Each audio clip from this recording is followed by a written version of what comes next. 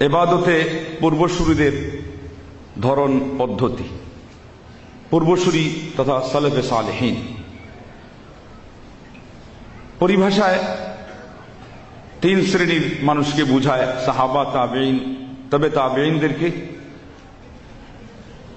ব্যাপক অর্থে তাদের পদাঙ্ক অনুসরণ করে যারা চলবেন, আজ পর্যন্ত যারা চলে এসেছেন, এমনকি কিয়ামতের আগ পর্যন্ত চলবেন, সবাইকেই কিন্তু সালাফ বলা হয়। এখানে বিশেষ করে পারিভাষিক অর্থটাই মুখ্যম। তো এই সালাফ, ইনাদের ইবাদতের ধরন, এটা আসারও একটা যৌক্তিকতা আছে, প্রাসঙ্গিকতা আছে। সেটা হলো এই যে কোরআন কারীম এবং নবী সাল্লাল্লাহু আলাইহি ওয়াসাল্লামের হাদিসে যে কথাগুলো আমরা পাই, সেগুলো অনেক সময় বুঝতে যে বিষয়ে কষ্ট হয়, সেখানে সালাফে সালেহিনদের আমলটা দেখে নিলে বোঝাটা সহজ হয়ে যায়। বলেন আলহামদুলিল্লাহ। সেই জন্যই ইমাম আবু হানিফা রাহিমাহুল্লাহ বলেছেন, সিরাতুল কওমি আহাব্বু ইলাইয়া মিন কাসীরিন মিন ফিকহিন। ফিকহাতে যে মানুষের এত বড় ভূমিকা, তিনি এই কথা বললেন যে পর্যাপ্ত পরিমাণে, প্রচুর পরিমাণে ফিকহি জ্ঞান চর্চা করার চেয়েও আমার নিকট সালাফে সালেহিনদের জীবনী চর্চা করাটা অনেকাংশে প্রিয়তম। আল্লাহু আকবার। তার কারণ সালাফে সালেহিনদের জীবন থেকে আমরা বাস্তব কোরআন পাই, বাস্তব হাদিস পাই।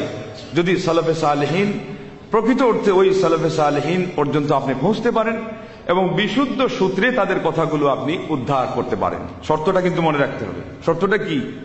যে সালাফ তো অনেকেই ব্যবহার করে, এর প্রতিশব্দ হিসাবে অনেকে আকাবিরিন ব্যবহার করে, অনেকে আরো অন্যান্য কোনো শব্দ ব্যবহার করে, কিন্তু সেখানে পাঁচ মিশালি হয়ে যায়, সেখানে মিক্সড হয়ে যায়।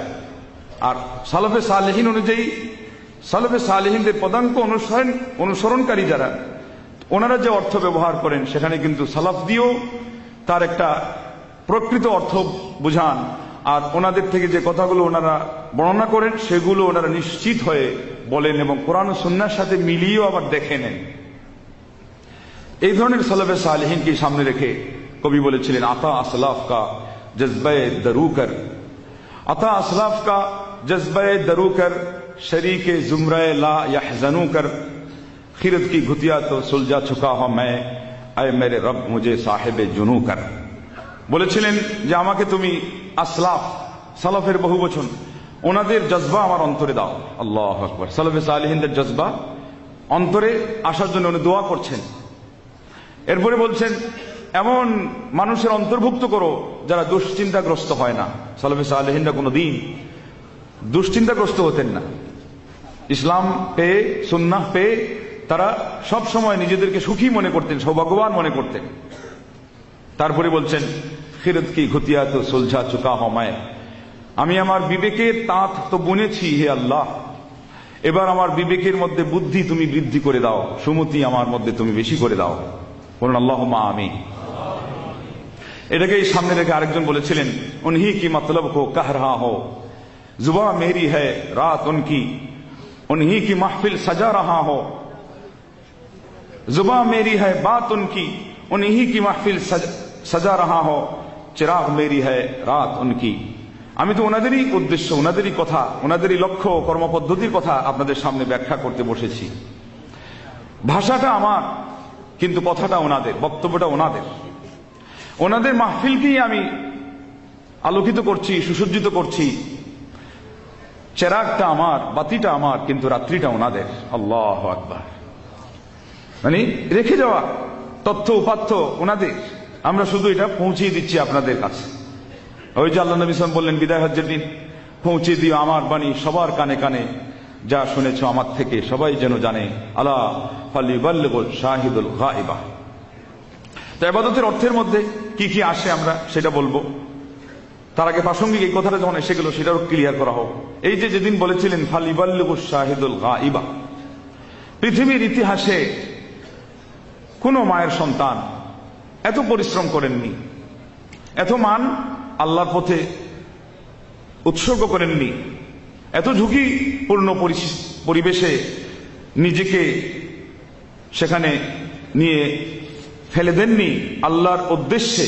উখরিফতু ফিল্লাহ, ওয়ালাম ইউখাফ ফিহি আহাদুন ওয়া উযিতু ফিল্লাহি ওয়ালাম ইউযা ফিহি আহাদুন, এই হাদিসেরই ব্যাখ্যা হলো এটা।